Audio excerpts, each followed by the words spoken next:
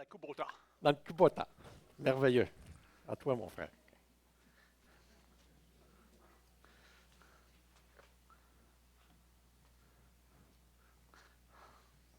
Wally va venir me joindre tout à l'heure. On va mettre ça là. Ils sont là. Eh bien, donc, un grand bienvenue et un grand merci de votre présence. Plusieurs de nos amis qui sont ici, même ma belle petite fille qui est là. Et merci. Donc, c'est le fun à vous voir ici. Puis, c'est une chance qu'il y en a plusieurs de réguliers qui ne sont pas ici. Je ne sais pas où est-ce qu'on les a placés s'ils étaient là. Mais, en tout cas, nous, on est là. C'est ce qui est important. Donc, ce matin, qu'on puisse voir ici sur le titre on va parler de l'aumônerie. Et puis, lorsque Benoît m'a demandé il y a quelques semaines si je pouvais le remplacer aujourd'hui, mais je dis oui, mais j'aimerais avoir une occasion de partager ce que Dieu fait à travers le ministère des aumôneries dans la province et aussi dans notre vie. Et puis, donc, c'est ce qu'on va faire ce matin. On va regarder ça. Puis, il y a 8 ans, là, quelques-uns de vous étiez là. Rappelles-tu de cette journée-là? C'est loin, ça. Mais c'est une invitation qu'on avait faite. Et plusieurs de on avait 15 cowboys cette journée-là. 15 cowboys dans mes amis qui étaient là. Et puis, j'étais l'aumônier des cowboys. Donc, j'ai été reconnu ici à l'Église comme aumônier le 4 février 2018. Et plusieurs de vous étaient là. Et puis, on est parti dans ce ministère d'aumônerie, Frank et Wally, aumônier, puis aumônière. Ben, j'ai encore, 8 ans plus tard, la petite invitation qui traîne dans ma Bible. M'a gagné un peu. Donc, ce matin, ce que j'aimerais qu'on fasse ensemble, c'est comme un rapport de ministère. Et c'est dans le sens que lorsque l'Église d'Antioche a envoyé Paul et Barnabas en première de 4 missions, ils sont retournés à l'Église d'Antioche plus tard et de là, ils s'embarquaient pour Antioche où ils avaient été recommandés à la grâce de Dieu pour l'œuvre qu'ils venaient d'accomplir. Et après leur arrivée, ils convoquèrent l'Église et ils racontèrent tout ce que Dieu avait fait avec eux et comment il avait ouvert aux nations la porte de la foi. Donc, notre désir ce matin, nous aussi, on était envoyés par l'Église ou connus par l'Église et on fait un rapport ce matin de ce que Dieu a fait à travers nous et en nous et à travers ce ministère de l'aumônerie de notre association. Donc, la première question qu'on peut poser, mais c'est quoi un aumônier? Je ne sais pas si vous avez des idées, là, ou...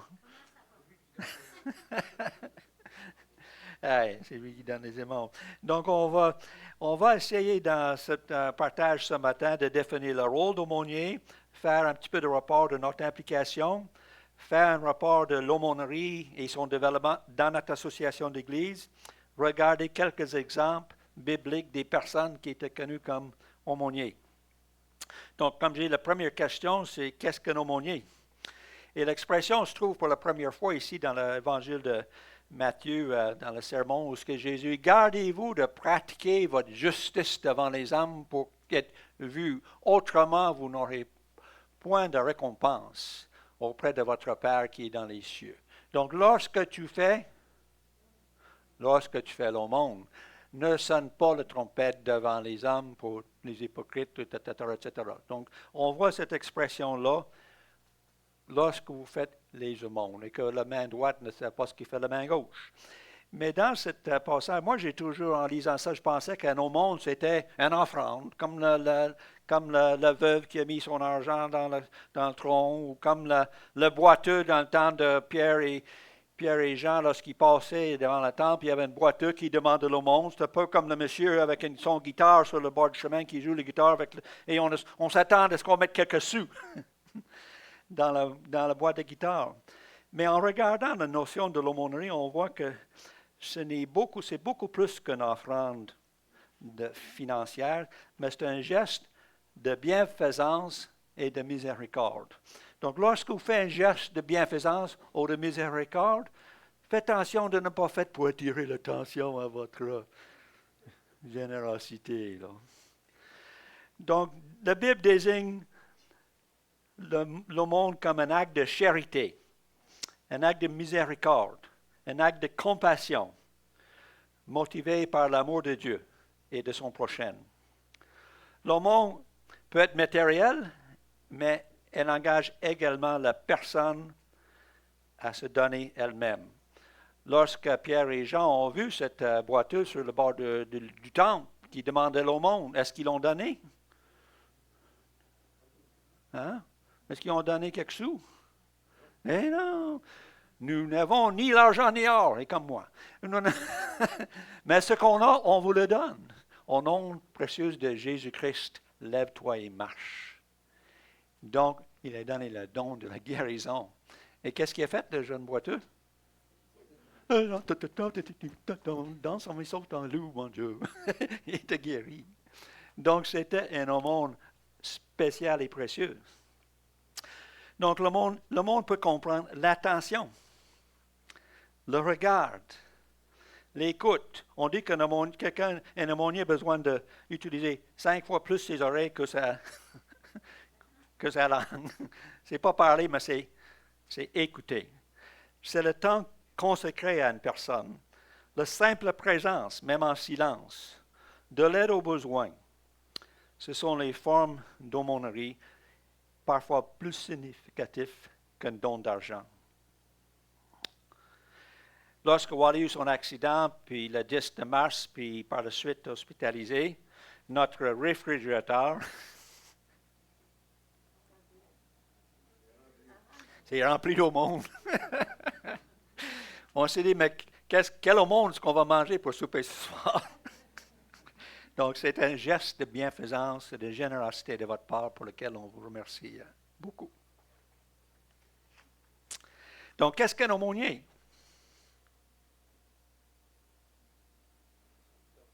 Hein? Ben, quelqu'un qui fait des aumônes. C'est simple. Donc, la meilleure expression de le ministère de l'aumônerie dans la parole de Dieu, c'est l'histoire du bon Samaritain. Vous connaissez cette histoire-là, c'est assez long, on ne lirait pas tout. Mais dans cette histoire-là, il y a un jeune homme, un monsieur, un lecteur de loi, un monsieur qui se prenait vraiment quelque chose de spirituel. Il demande à Jésus pour un peu le piéger, mais qu'est-ce que je dois faire pour hériter la vie éternelle? Il dit, aime ton prochain de tout ton cœur, de toute ton âme, et ton prochain comme toi-même. Hey, mais il s'est dit, mais c'est qui mon prochain? C'est qui mon prochain? Et c'est la question qui était posée. Et Jésus a développé cette histoire ici du bon Samaritain, où est-ce qu'il y a un monsieur qui s'est promené dans le chemin, là, et puis il est tombé parmi les brigands. Donc, il était battu, laissé pour mort sur le bord du chemin. Et là, il se passait des personnes. Il passait un sacrificateur. Mais le sacrificateur est un peu pressé, il est en retard pour son sacrifice. Et il est passé un lévite, mais lui aussi il était pressé, donc il l'évitait. Mais il arrivait un bon Samaritain. Mais contexte juif, il n'aimait pas les Samaritains n'aimaient pas non plus les Juifs. Donc Jésus prend cet exemple-là, un Samaritain, haï des Juifs. Et c'est lui qui a pris soin de ce monsieur. Puis on voit que notre voisin, c'est celui qui se trouve dans notre route, où on travaille, où on vit, dans notre communauté, dans notre famille, celui qui souffre, celui qui a de l'eau dans le sous-sol. Vous savez que pauvre Lucie, là, fait 2-3 jours avec inondation dans sa maison. Il y a des gens qui sont allés aider, puis voir Lucie, puis l'encourager dans cette chose-là. Mais prochaine, c'est ça, un besoin, et on essaie de faire ce qu'on peut. Peu importe l'ethnie, religion, quoi que ce soit, là, Et ça implique les risques. Lorsque cet Samaritain a décidé d'arrêter et prendre soin de celui qui était tombé sur les brigands étaient où, là? Probablement cachés en arrière d'un arbuste quelque part en attendant une autre victime. On ne sait pas. Mais c'est un risque d'arrêter là. Et les autres ont vu la personne comme un obstacle, comme un dérangement dans leur plan, mais lui l'a vu comme une personne ayant des besoins, et puis il s'est mis à aider. Donc, aimer son prochain, en fait, c'est en action. On voit les soins physiques, le transport, mis sur son ronde, hospitalité, il est mis dans un hôtel, soutien financier, il a payé la dette, soutien émotionnel. Monsieur était bien content d'avoir quelqu'un enfin qui prenait soin de lui. Donc, c'est un sacrifice de son temps, de son argent et de ses plans. Il y a quelques années, on regardait ce passage, Wally et moi ensemble, puis on a posé la même question que le petit jeune homme ici. Mais c'est qui mon prochain? C'est pas long à réaliser que nous, on est dans un triplex. Donc, on a des voisins très proches. Notre voisin le plus proche est en haut. Et puis, quelques semaines auparavant, mais sa laveuse a sauté. Et on savait que sa laveuse a sauté parce que l'eau est tombée dans notre ordinateur en bas chez nous. Donc, pendant quelques semaines, elle prenait ses linges chez sa fille. Puis quand on a lu ce passage-là, j'ai dit, mais c'est qui notre prochaine? Ben, c'est elle en haut, elle a besoin d'aide. Et on s'est organisé pour trouver une laveuse à Saint-Gobain, puis faire livrer, puis on était bien contents de dire, wow, c'est un vrai besoin de notre voisin, on a pu le remplir avec amour et avec grâce. Donc, le terme aumônier ne se trouve pas dans la Bible. Cherchez-le pas, il n'est pas là. Mais c'est évident que le ministère de l'aumônerie s'inspire des vérités bibliques surtout dans le ministère de Jésus-Christ. Comme on voit ici, vous connaissez la grâce de notre Seigneur Jésus.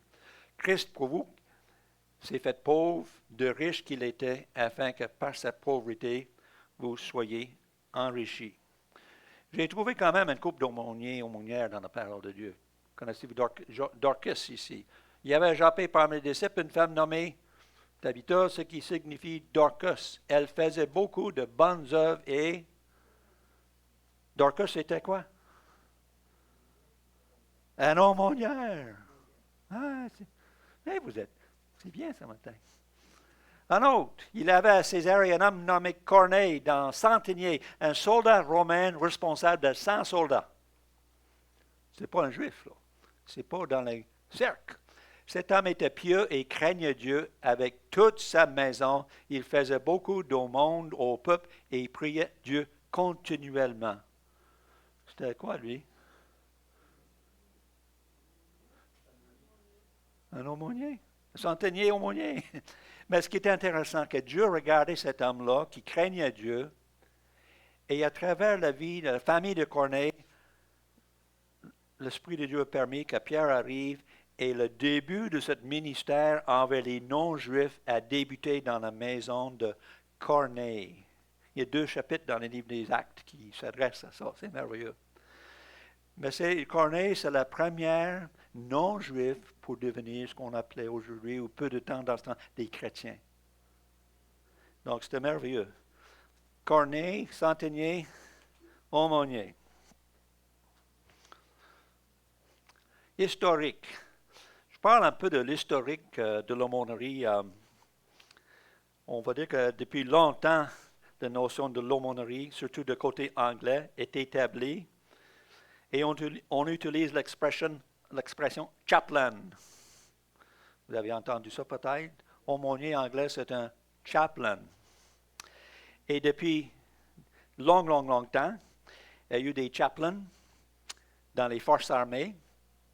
Et puis, il y a quelques années, un de nos pasteurs de la région, David Ditnichen, est devenu aumônier officiel à la base de Bagotville. Et puis, on était des amis de longue date. Et il m'a invité et j'ai été engagé aussi à Bagotville comme aumônier remplaçant. Donc, lorsque David est parti en mission, en vacances, aux études ou quoi que ce soit, j'ai été appelé plusieurs fois par année d'aller comme aumônier à la base militaire de Bagotville. J'aime ça. Les gens me demandent qu'est-ce que tu fais. Oh, moi, je suis aumônier à Bagotville. Un peu de crédibilité avec ça. Hein? J'aime ça. Donc, dans les équipes sportives, surtout américaines, il y a des chaplains. Ici aussi, on en parlait de quelques-uns tout à l'heure. Dans les hôpitaux, dans les prisons, celui qui est maintenant, et pas juste ici, on ne parle pas juste de anglophones, mais ici au Québec aussi, on a des aumôniers dans tous ces domaines, surtout à travers les catholicismes. Et celui qui est maintenant, comment est-ce qu'on appelle M. Gay, c'est quoi son poste là? À Chicoutimi, le mot. L'évêque, M. Gay, lui arrivait comme aumônier de la prison de Roberval. Donc, il y a des aumôniers, l'aumônerie est là depuis longtemps. Donc, le passé ici au Québec était grandement attaché à la religion catholique. Et encore aujourd'hui, il y a plusieurs ministères d'aumôniers à travers comme le Saint-Vincent de Paul, et j'en connais pas d'autres. Côté protestant, on avait toujours l'armée de salut. Il y en a à Québec aussi. Mais dans les dernières 50 ans, le déclin de l'Église catholique, la déconfessionnalisation de l'éducation, l'arrivée de nombreux immigrants de d'autres confessions, la mondialisation de l'information, Internet, AI maintenant, sécularisation. Donc, les ressources spirituelles sont en chute libre. Mais est-ce que la soif de Dieu est en chute libre? Au contraire, il y a un renouveau, surtout parmi les jeunes. Les jeunes qui ont grandi sans aucune compréhension, aucune éducation spirituelle, chrétienne, quoi que ce soit, mais qui savent qu'il y a un vide dans leur cœur et ils cherchent. Ça, c'est merveilleux. Wow. Donc, nos ministères doivent s'adapter à ces changements. Et dans les hôpitaux, on ne parle plus des aumôniers, on parle des intervenants en soins spirituels. Puis souvent, dans les équipes sportives, on appelle ça des coachs de vie. Il y en a même ici au Saguenay, un coach de vie. Donc, l'aumônerie, ou le chaplaincy, c'est là et bien établi depuis des siècles. Donc, l'aumônerie, dans notre association d'églises, les églises évangéliques baptistes et évangéliques de Québec, est quand même assez récent. En 2005, il y avait un chaplain, un aumônier. En 2005, il y a quand même 21 ans.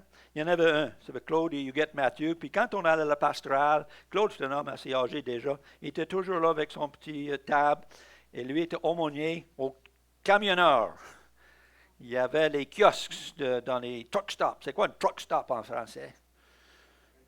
Les arrêts de camions, des gros où des vannes arrêtent et des fois rester. Donc, il y avait comme une chapelle là, et des gens pouvaient rentrer, ils donnaient des bonbons, des traités, jaser, parler, reposer. Et ils faisaient ça tout seul pendant longtemps. Et puis là, tout d'un coup, il arrive un autre dans notre association. Quelques-uns de vous, vous les connaissez. Dwayne Mansfield et Myriam Beau. Myriam, c'était la sœur Abby. Oui, Abby. Et Dwayne, c'est drôle, il est à peu près 6 pieds, il ne sait pas combien, 6 pieds, mais.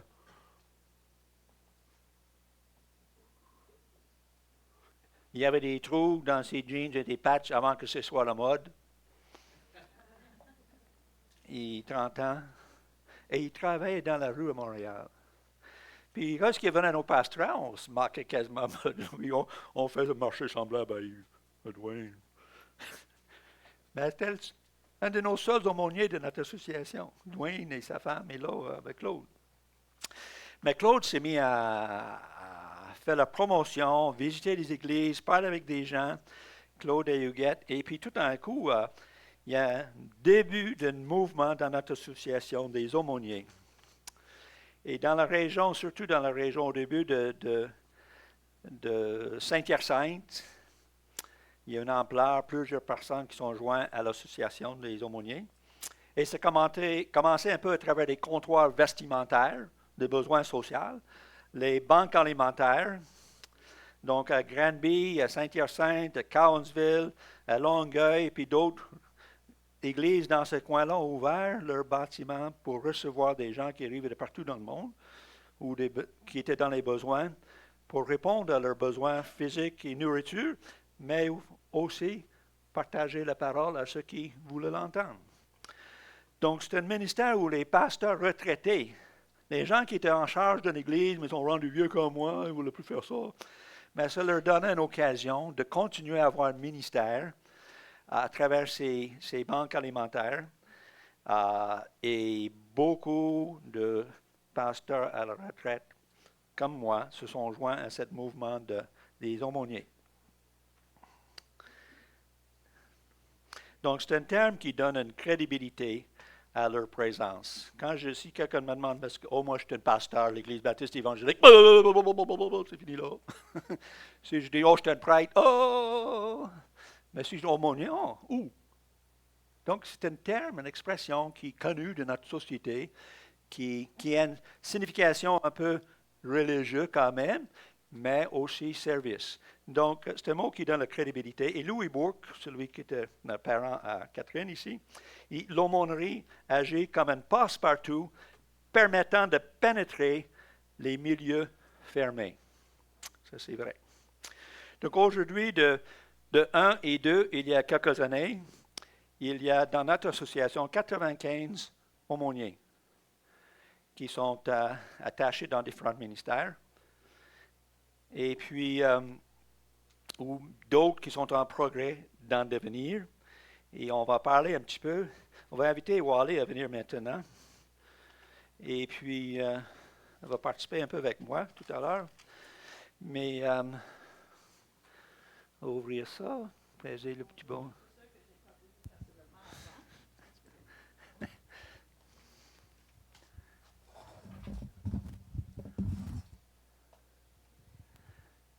Dis bonjour encore. Ils n'ont pas con. Bonjour. Donc, dans l'historique... Yaoma. Yaoma, oui.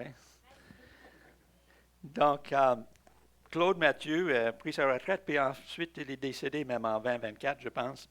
Et c'est Donald Rodier qui a pris la charge de ce ministère ici dans la province.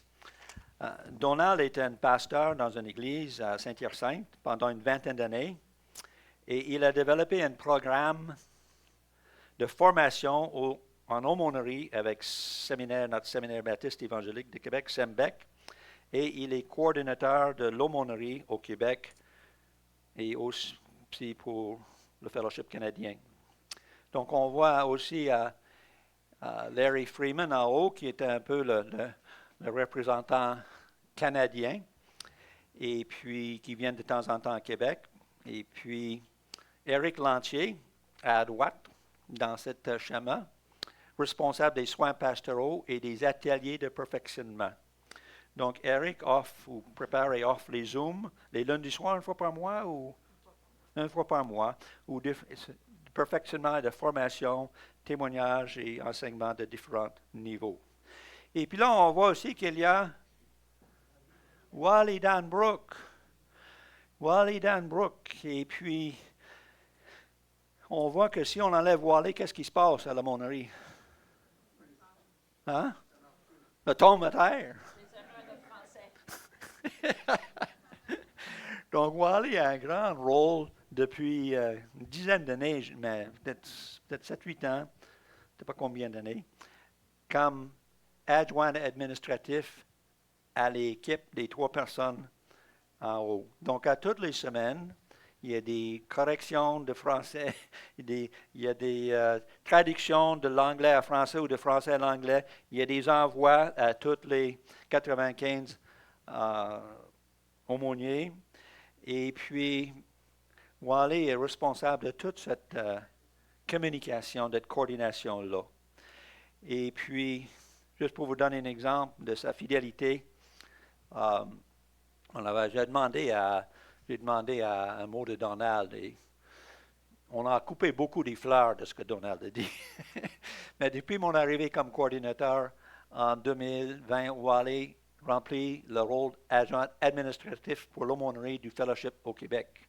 Et au fil des années, je suis venu à considérer Wally comme un partenaire essentiel au bon fonctionnement et au développement de ce ministère, et je suis très reconnaissant. Donc, juste donner une petite anecdote ici, là, si je suis capable, on va.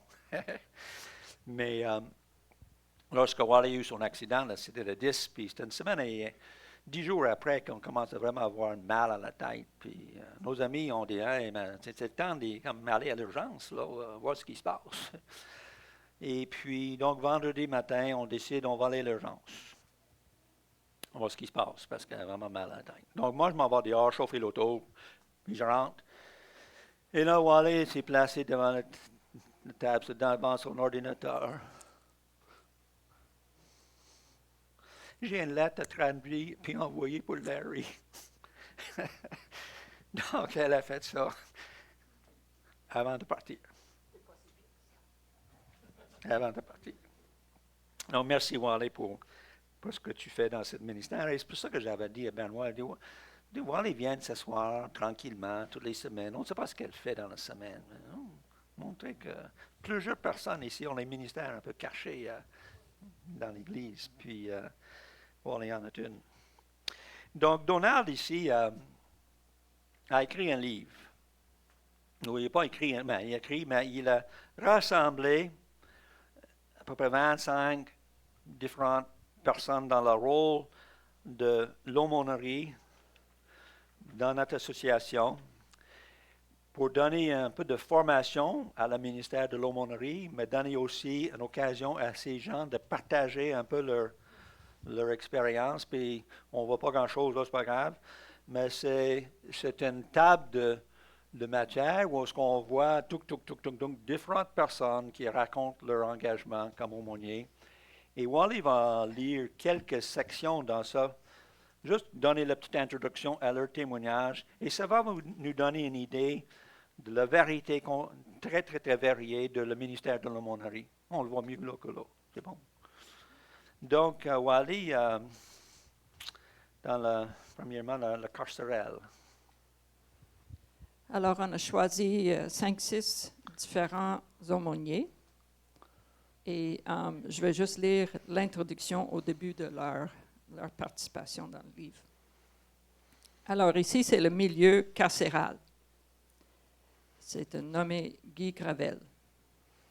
Pasteur associé à l'Église de l'Île Jésus de 2008 à 2012, Guy Gravel s'est toujours impliqué dans son Église locale tout en travaillant dans différents domaines.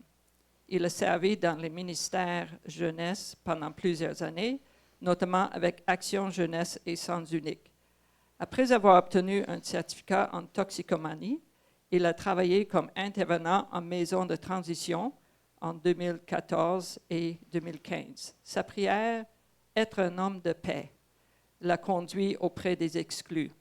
Il a œuvré comme aumônier dans 2 établissements carcéraux, soit 1 an à la Macasa et 5 ans à Joliette. Ayant pratiquement terminé une maîtrise en toxicomanie, il a aussi été animateur accrédité du Centre de services de justice réparatrice de Montréal. Père de 2 enfants, il a célébré 41 ans de mariage avec sa femme Maryse. En octobre 2021, après avoir livré un dur combat contre le cancer, Guy Gravel, âgé de 60 ans, est allé rejoindre celui qu'il annonçait aux autres avec tant de dévotion et d'amour. Alors, quand on pensait carcéral, on pensait Guy Gravel. Communautaire, Daniel Gagné, c'est celui qui était donné son témoignage. Daniel, c'est quelqu'un aussi qui était déjà dans la région. Il était pasteur pour un petit bout de temps à Saint-Félicien.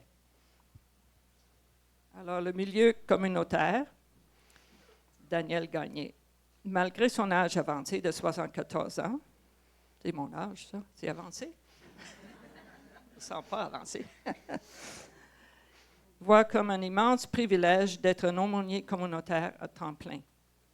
Après avoir été pasteur et implanteur d'église pendant près de 40 ans, il est arrivé à l'âge de la retraite, mais son désir de demeurer actif l'a amené à considérer l'aumônerie.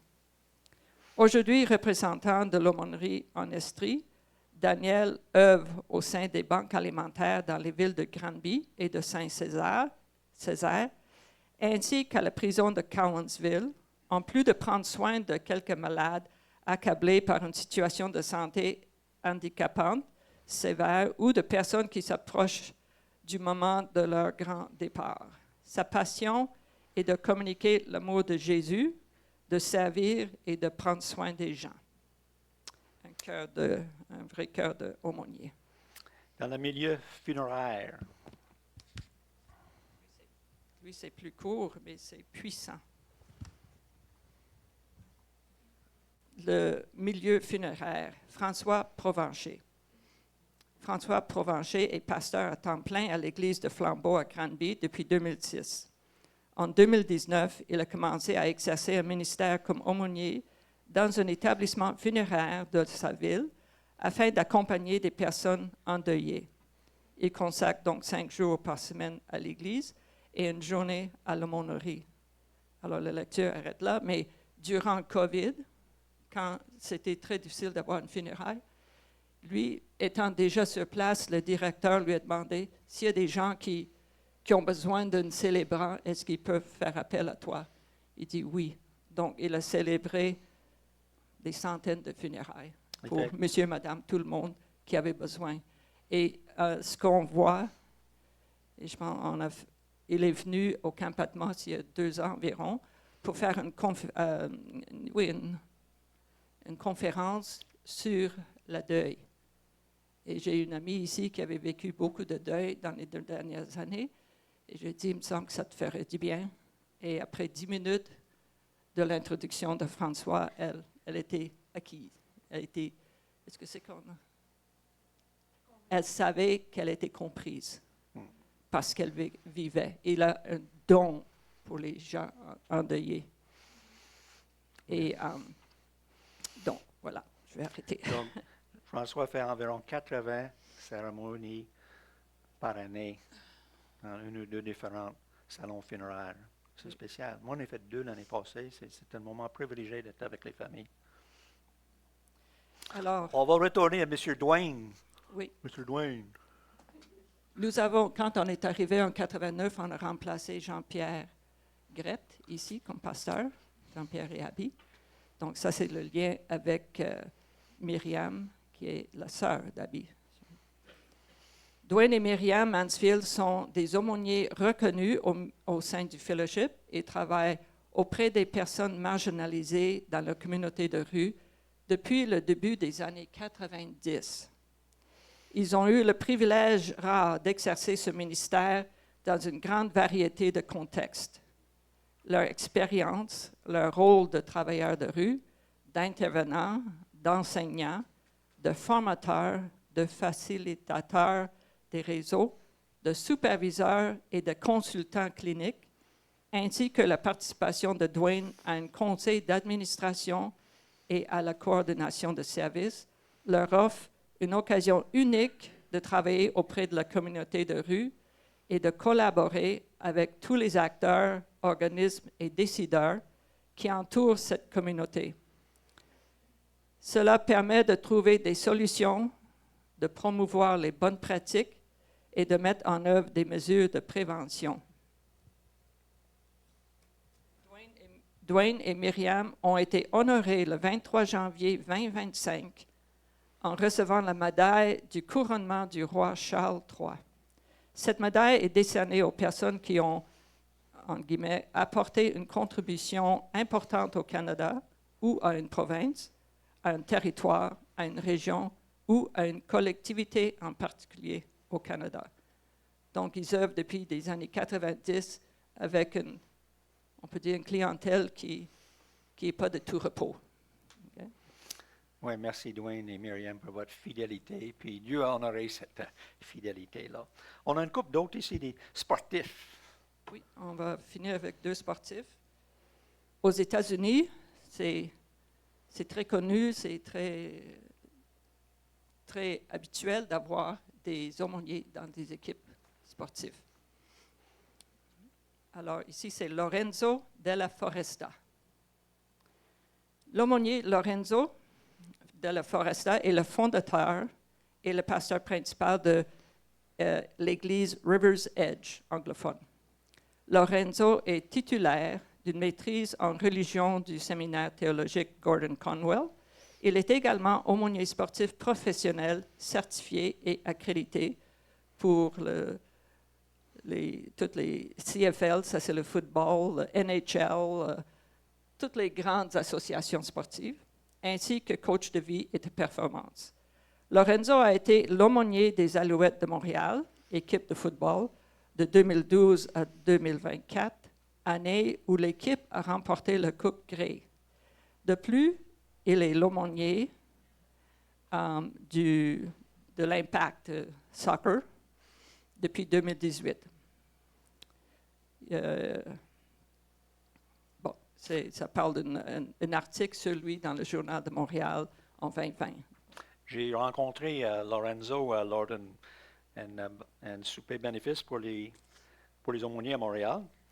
Et lorsqu'il partageait de ses expériences avec les Alouettes. Et suite à quand ils ont gagné la Coupe Grey, là, on voyait Lorenzo aussi avec l'équipe en train de célébrer. Et je l'ai invité. Veux-tu venir à Alma donner un témoignage? J'ai amené la Coupe Grey puis 2-3 joueurs.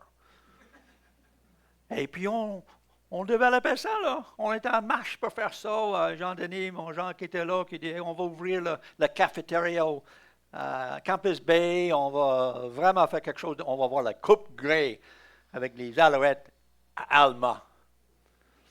Mais ça n'a pas marché. Lorenzo était trop occupé dernière minute. Il a repris avec l'Impact de Montréal et puis on ne l'a pas fait. Mais un jour. Et puis, c'est intéressant que Hugo a mentionné dans son témoignage de baptême il y a quelques semaines que je pense qu'il y avait un aumônier sportif dans son équipe qui a eu une influence dans votre... Pas Hugo, Justin. Ah oui? Bon, les deux garçons. Donc, c'est quelque chose qui est important dans nos équipes, c'est d'avoir quelqu'un qui n'est pas juste go, mais écoute, et des besoins qui sont énormes dans la pression sur ces jeunes-là. Donc, une autre, on va terminer avec lui dans cette partie-là, Joël Thibault, un Français. Le milieu des événements sportifs, Joël Thibault. Joël Thibault est l'aumônier du sport depuis 2005. C'est un Français. Il est titulaire d'une licence en faculté des sports et de 2 diplômes universitaires, l'un en droit des religions et laïcité et l'autre en aumônerie de santé.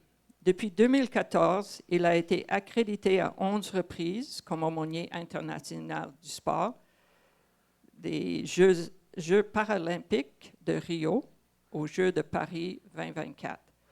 Il est aussi pasteur à Rennes et aumônier de santé dans un centre de rééducation et de besoins ou de soins en Bretagne.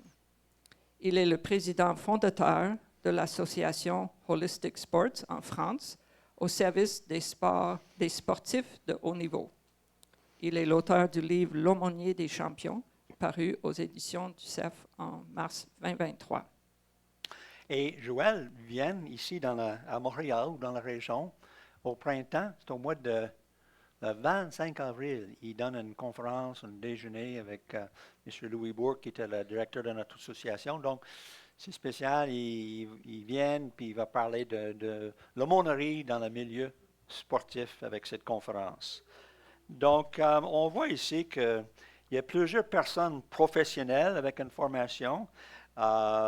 Il y en a d'autres que c'est simplement des bénévoles, des gens qui veulent servir le Seigneur dans leur foyer, quelques-uns à l'aéroport ou dans les comptoirs.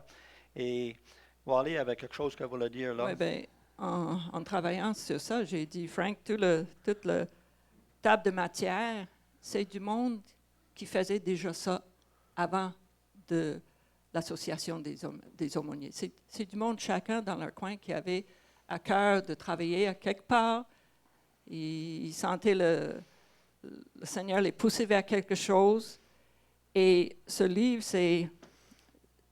ça montre comment Donald Rodier a eu comme la vision de rassembler toutes ces personnes qui travaillent déjà dans le but d'encouragement mutuel, en n'étant plus seul dans ton coin, donc un encouragement mutuel, et aussi possibilité de formation continue par des ateliers, des Zooms et des conférences. Alors, tout le monde se sent soutenu et c'est une très, très bonne chose. Et Donald Rodier, c'est un homme de cœur incroyable. Sa propre famille est passée par une tragédie. Ils ont perdu le fils, le beau-fils, le mari de leur fille. Ils ont 3 enfants. Donc, ça fait 1 mois. Alors, 2 mois. 2 mois. Et c'est gros. C'est gros, gros. Mais il prenait le temps de m'écrire comment ça va, etc. Donc, c'est un homme de cœur. Comme ma femme, c'est une femme de cœur. Vous êtes d'accord? Merci, Wally.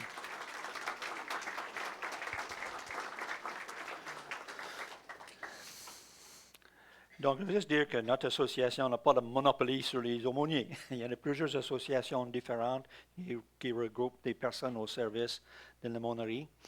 Donc, je vais continuer un petit peu ici, suite à ça, avec et nous, qu'est-ce qu'on fait depuis ces 8 ans qu'on était mis de partout,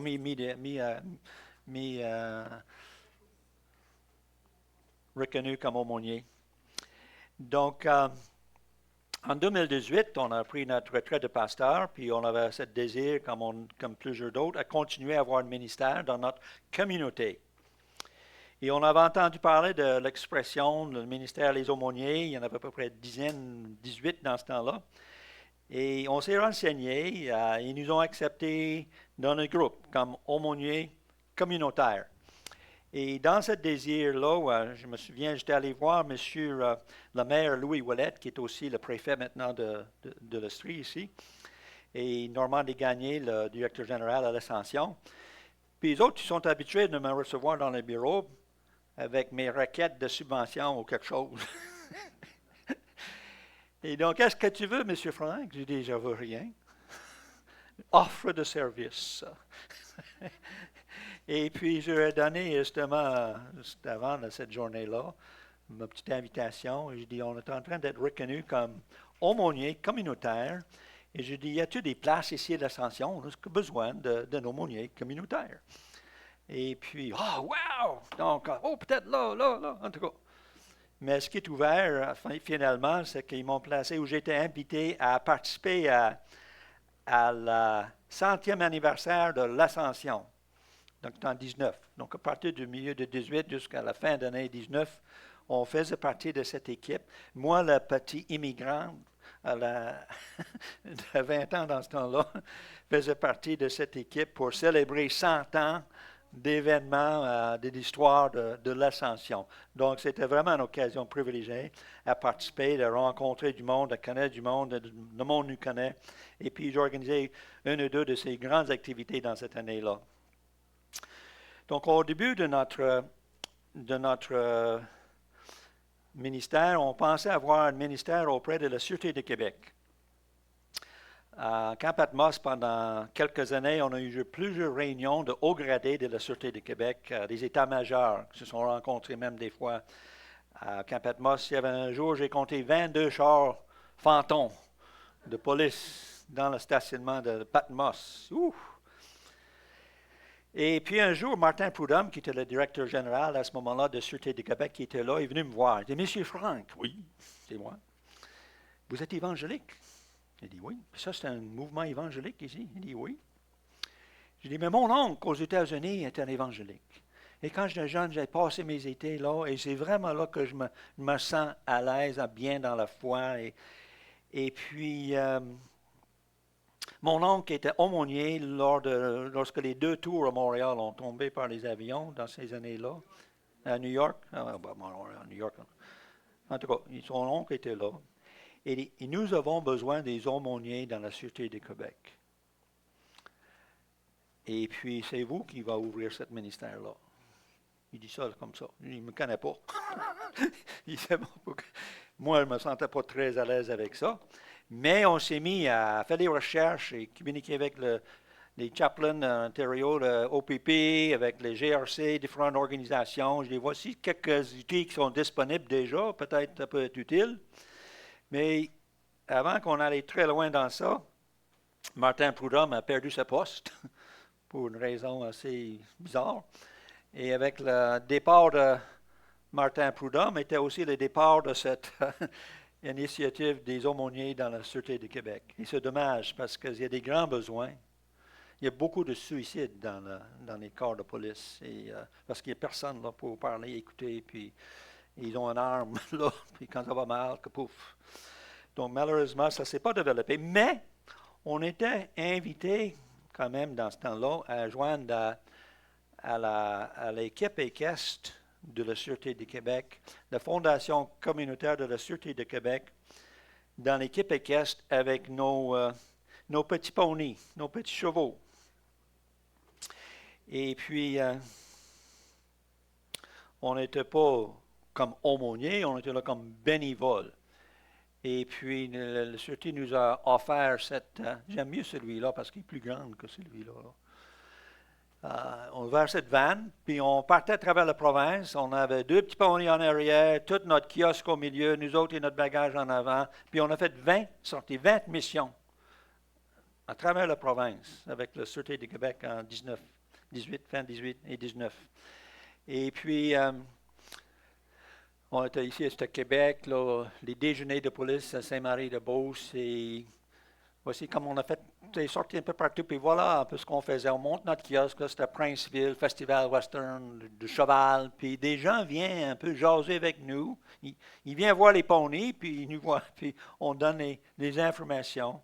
Donc, pendant ces 2 ans, on collaborait bénévolement avec l'équipe équestre, accompagnant ces vingtaines de services. Et on apportait un soutien logistique, une présence amicale à des activités de relations publiques. Et puis, ça, c'est spécial. On était à Chibougamau, là. On était allé jusqu'à Chibougamau. Et on était tellement bien reçus par les 2 policières-là. Eux, ils avaient l'idée offrir une casque de sécurité de vélo. On en avait 2. Donc, il fallait que des gens viennent écrire leur nom, puis un tirage à la fin de la journée. Donc, à travers toute la journée, les familles arrivaient pour remplir leur affaire, pour avoir le petit tirage. Et les 2 madames, jamais dans toute notre carrière est-ce qu'on a vécu un moment qu'on avait une proximité avec la population comme cette journée-là. C'était merveilleux parce qu'à Chibougamau, dans ce festival, la rue est large. C'était une piste d'atterrissage des avions. Ils ferment un bout pour faire un terrain de volleyball sur sable. Plusieurs voyages de sable. L'autre bout, c'est un concert. On est au milieu. Tout le monde circulait autour de nous. Et c'est le genre de choses qu'on faisait pendant toute l'année. Un peu partout. Et partout où est-ce qu'on allait, on avait vraiment un bon rapport avec les différents responsables qui nous accueillaient aussi dans notre travail. On a fait quelques visites aussi dans les foyers pour les personnes, ou les camps pour les personnes handicapées dans la Beauce, à Lac-Beauport, puis ici, on est au camp Papillon au nord de Joliette. Puis, on voit vraiment le ministère de nos petits chevaux. Je dis, c'est pas nous autres, l'aumônier, c'est le pony. Hein? C'est le pony, puis on voit comment les petits chevaux arrivaient à entrer dans la vie de ces personnes très emmanchées souvent. Ça, c'était spécial, c'était Saint-Marie-de-Beauce. Et c'était une femme qui ne bougeait pas, qui était là, mais le petit cheval tranquillement rentre, regarde la souris, puis commence à brosser le cheval. Donc, on était témoins de ce genre de sortie-là. Un autre petit garçon ici, il y a autistique, si on approche une personne de lui, il hurle, puis on y rentre direct. Et c'est vraiment encourageant pour nous d'avoir avec nos chevaux ce ministère d'encouragement dans ces familles. On est terminé en 19 avec un grand événement. Il y avait plus de 1000 personnes dans un hangar de Air Canada à l'aéroport de Dorval.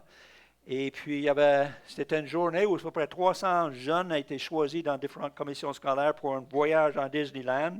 Donc, ils venaient pour leur passeport et toute cette journée-là. Puis, tous les corps de police, les pompiers, tous les douaniers, il y en avait de toutes les formations possibles là, dans ce grand hangar. de Bagotville, il y avait un hélicoptère de jaune là, de sécurité, ANF-18. Mais là, on était là avec nos petits poneys. Et quel kiosque pensez-vous que était le plus populaire? Non. C'était le F-18. Mais après ça, c'était les poneys. Avec nos policiers, avec leurs motos. En tout cas, partout où on allait, on était reçus par un groupe de policiers du coin, puis on a eu du bon temps avec eux autres. Donc, à la fin de cet été, je ne sais pas si on est capable de lire ça, là, mais la Sûreté du Québec nous a donné une plaque ici de remerciement pour notre service communautaire. Ça, c'était une photo qui était prise au Camp Papillon, en Joliette, et de nous remercier pour notre implication. Mais en 2022, en 2022, vous savez, le petit COVID qui est arrivé, puis qu'est-ce qui est arrivé? Toutes les activités dans la province. Annulé. Donc, ça a arrêté notre mission dans la sûreté aussi, puis on a fini par vendre nos ponies. Mais à travers cette année où est-ce qu'on n'est pas supposé d'aller nulle part, là, des masques, puis des ci, puis des ça, puis tout est fermé, les églises sont même fermées, mais il est passé plus de 200 personnes chez nous. Clandestinement. Non, mais moi, je vends des lapins, je vends des œufs, je vends des poussins, je vends des plantes de tomates. Notre partagé, notre jardin, c'est un partagé. Donc, des gens venaient, nos familles, des gens visitaient. Puis, on commence à compter ça. Mes amis, on est des ordres de loi, pas à peu près, là. Puis, il y avait même un été, là, il y a 2-3 ans, là, j'ai compté 27 Brésiliens. Brésiliens dans notre cours, 27. C'était même avant que vous êtes arrivés, là. Et donc, ça, c'était merveilleux. Et notre jardin chez nous, on appelle ça notre partagé. Ce n'est pas une potager, c'est une partagé. Et ça nous garde ce contact avec la communauté. Dans ces années aussi, les dernières années, on a un ministère assez spécial dans la vie d'un jeune homme qui restait chez nous pendant 4 ans, ou dans la cour chez nous, au début dans une tente, après ça dans une roulotte. Mais c'est un monsieur qui est arrivé dans notre vie avec des grands besoins émotifs et tout ce que tu peux imaginer. Il était en attente de processus et puis on l'a suivi avec lui jusqu'au jour où il était acquitté complètement de ses charges. Il était libéré. Et puis, mais il n'est plus dans notre cour, mais il est encore dans notre vie. Et on a continué à avoir un ministère dans la vie de ce jeune homme. En 2024, à 75 ans, moi je suis vieux là, j'ai décidé que je n'avais plus besoin de titre. Je n'ai pas besoin d'être un ancien, un diacre, un aumônier, un directeur général. Donc, j'ai tout décoché là. Et dorénavant, je me moi, serviteur de l'Éternel, bénévole, en cherchant ce que Dieu veut de moi à chaque matin. Donc, on continue d'agir comme aumônier, peut-être plus maintenant que jamais. Mais Wally continue son ministère auprès de l'équipe. Et eux autres, ils avaient grand peur quand moi j'ai démissionné, Wally aussi allait démissionner, mais elle restait fidèle au poste. Un petit clin d'œil ici qui nous est arrivé avant Noël. Il y a un journaliste qui nous appelle. Il fait le tour de toutes les communautés, les petits villages, les villages autour de Lac-Saint-Jean-Est, pour rencontrer des immigrants, des gens de l'extérieur de la province. Mais comment est-ce que vous fêtez Noël maintenant que vous êtes arrivés de l'extérieur? Et puis, quand ils sont arrivés à l'Ascension, ils me demandent, mais qui est-ce qu'on peut les voir? Mais va aller voir les Danbrook, là. Les immigrants, là. Donc, j'ai été nommé immigrante de l'année à l'Ascension, apparemment. Donc, quand il m'a appelé, il dit, écoute, ça fait 25 ans que je reste ici, là. Je viens d'Ontario, je ne suis pas encore immigrant. Peut-être un jour. Mais oui, c'est vrai, ma femme, c'est une Autrichienne. Ah oui? Quand est-ce qu'on peut se voir? Alors, qui est venu quelques jours plus tard pour faire cette interview. Et puis, est arrivé cet article dans le journal du Lac-Saint-Jean, peut-être vous l'avez vu. Mais moi, ce que je trouve merveilleux dans ça, c'est qu'il est venu, mes chevaux étaient attelés dehors, on a vu ça, il a vu du jardin, ouais, serre. Et puis, on a jasé quasiment 1 heure et demie avec lui. On se pensait avoir un petit paragraphe comme ça dans le journal qui nous parle de notre implication, de comment on fête Noël. Et puis, il y a 3 pages. Regarde, il y a une autre page dans la troisième, je ne l'ai pas mis, mais dans cet article, ce qui était merveilleux, surtout dans le côté-là, peut-être vous l'avez eu, vous l'avez lu, mais on parle de notre arrivée comme pasteur ici à l'Église baptiste évangélique d'Alma. Direct là. Puis par la suite, notre transition au Camp Patmos. Et le vandalisme et le scepticisme qu'il y avait dans la communauté de voir cette gourou arriver là au Camp Patmos, brancheur dans la région, ouvrir des affaires terribles. Donc, on avait beaucoup de réticence, mais à travers les 25 ans, là, on a vu un changement dans la mentalité. Tranquillement, le ministère est venu louer des chalets, puis pendant les derniers 10 ans, 1 fois par semaine, la municipalité envoie tous leurs enfants dans un autobus, le terrain de jeu au Camp Patmos pour une journée. Et les enfants disent tous que c'est leur meilleure journée dans la semaine. Et puis, ce sont les parents qui nous ont venus voler, briser, vandaliser il y a quelques années auparavant. Donc, on voit ce changement dans l'attitude. Puis, on parle ici aussi dans l'article de notre implication avec la Sûreté du Québec. Et c'est dans la 3e page, je ne l'ai pas là, mais ce que j'ai beaucoup aimé de cet article, c'est qu'il nous demandait nos traditions de Noël. J'ai dit, écoute, moi, les traditions, on va le voir, mais Noël, pour moi, c'est la fête de Jésus. Hein? Nous, on est des croyants, c'est écrit là, nous sommes des croyants, et puis on célèbre la naissance de Jésus. Dans tous les articles, dans cette revue-là, de toutes les municipalités, c'est le seul de parler de Noël à Jésus. Et puis, je dis en plus, mais à chaque année, on célèbre la fête de Jésus à la messe de minuit à l'Ascension avec des autres qui aiment, qui sont des croyants. Donc, ce qui est merveilleux de voir, le Seigneur a soufflé sur notre désir d'avoir un ministère dans la communauté. Il dit, si vous ne savez pas ce qu'il dit Danbrook, voilà, c'est très clair. Et puis, des commentaires de gauche et de droite tout le temps. J'ai vu au magasin, « Hey, j'ai vu l'article ». Je vais au garage, « Hey, j'ai vu l'article ». Les voisins, « Hey, j'ai vu l'article ». Donc, des gens ont lu ça. Et puis, je dis merci Seigneur pour cette ouverture dans notre communauté. Un désir de notre cœur dans les dernières, depuis longtemps, mais que ça commence à concrétiser. Le désir, c'était d'avoir un genre de petit groupe découverte chez nous, avec nos voisins. Inviter des voisins qui sont ouverts ou qui cherchent, qui sont en zéro dans leur marche spirituelle peut-être même, mais un désir d'avoir formé un petit groupe de recherche. Moi, j'appelle ça les discussions ouvertes. Donc, on rencontre quelqu'un. Hey, on va commencer ça au mois de janvier. Ah, oui, on va rencontrer. Veux-tu venir? Oui, oui. C'est pas marqué sur la liste des rencontres de l'Église parce que c'est pas pour vous autres. C'est pour nos voisins. Et puis, on ne veut pas que vous venez. On veut que nos voisins viennent. Donc, et ça se passe avec. Il y a des tardifs qu'on a permis tranquillement de venir. C'est bon, les tardifs. On a un bon ministère avec eux dans notre communauté. Il y a une madame qui n'a jamais eu une Bible. On ouvre la Bible pour la première fois. Il ne sait même pas. C'est quoi les petits chiffres, là? 21, 22, 20. Oh, mais c'est des versets. Ah oui, je ne savais pas. Un autre qui est arrivé, mais elle avait une grosse Bible, il a lu tout. Mais elle n'avait pas d'assurance de son salut, du tout. Et donc, on voit à travers les derniers quelques mois, la compréhension, la progression, et cette jeune madame-là a vraiment maintenant une assurance de son salut. Et on veut que ça continue à grandir puis de voir toucher d'autres personnes. Et puis c'est vraiment le désir de notre cœur, de toucher la vie des personnes, de les emmener dans la parole de Dieu pour découvrir de la source la vie et la vie éternelle. Il y a un article ici dans une revue que j'ai vu en arrière. Et puis, je le sors, puis le temps.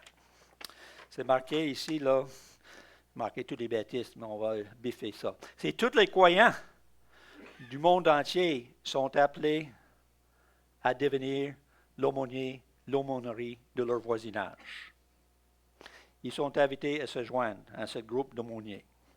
Marchez, priez pour le salut de vos voisins en indiquant leur nom. On le fait. Courez, accueillez chez vous votre voisin autour d'un repas. Mettez en œuvre un groupe de voisinage centré sur l'invitation à l'Évangile et la formation de disciples délivrés comme des études à la découverte de la Bible. Et c'est ce qu'on fait. On utilise l'Évangile de Jean. Donc, je t'encourage de voir cet encouragement-là, de réaliser que oui, on a la place pour que bien du monde devienne des aumôniers. Et comme on va sauter 2-3 pages comme le temps est passé, là, puis c'est pas grave. J'aimerais juste terminer avec une autre petite anecdote.